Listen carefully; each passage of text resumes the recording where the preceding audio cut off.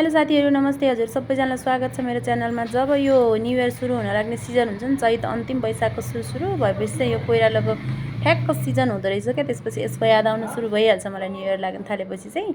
गाउँघरमा यो कोइरालाको काब्रोहरूको हामी अचार बनाएर खान्थ्यौँ यो सिजनमा।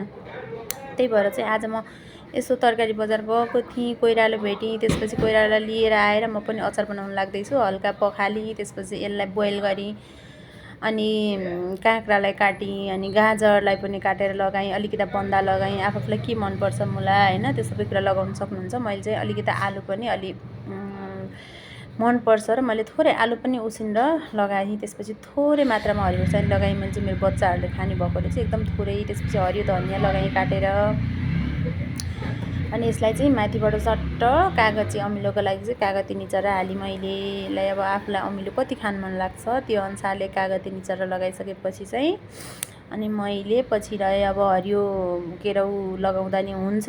मैले चाहिँ अब हरियो मटर आफूसँग नभए हुनाले घरमा जे थियो त्यही लगाएँ। त्यसको ठाउँमा चाहिँ मैले यो राखेँ सानो केराउ।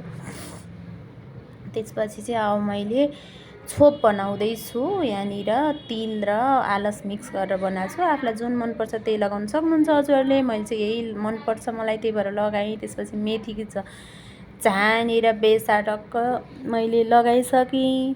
अब चाहिँ आफूलाई स्वादअनुसारको नुन राख्नुपर्छ। त्यसपछि चाहिँ मैले यसलाई राम्रोसँग हातमा ग्लोभ्स लाएर म्यास गर्छु। यसलाई एकदम राम्ररी म्यास गर्नुपर्छ, किनकि अमिलो पिरो नुन सबै लाग्नु पऱ्यो नि त भित्रसम्म। राम्ररी सबैतिर मिक्स भइसकेपछि चाहिँ हाम्रो अचार यस्तो देखिएको छ। हेर्नु साथीहरू, एकदम होइन त्यो टेस्टी छ क्या। हेर्दाखेरि खाउँ खाउँ लाग्ने अमिलो पिरो टक्क देखिएछ साथीहरू। हजुर पनि यो सिजनमा यो कोइरालाको अचार बनाएर खान सक्नुहुन्छ। म चाहिँ यो सिजनभरिमा 2-3 छाकै जस्तो अचार बनाएर खान्छु साथीहरू। हेर्नुहोस् त है, हजुर पनि खान सक्नुहुन्छ साथीहरू। हजुरहरूलाई कस्तो लाग्छ मेरो भिडियो? अन्तिमसम्म हेरेर साथ दिनुहोला। कहाँबाट हेर्दै हुनुहुन्छ कमेन्ट गरिदिनु। मेरो यो च्यानल सब्सक्राइब गरिदिनु साथीहरू। भर्खर खोलेको नयाँ च्यानल हो। हजुरहरूको साथ र सपोर्टको एकदम धेरै जरुरी छ साथीहरू। हस् त साथीहरू, बाई बाई। अर्को भिडियोमा भेटौँला।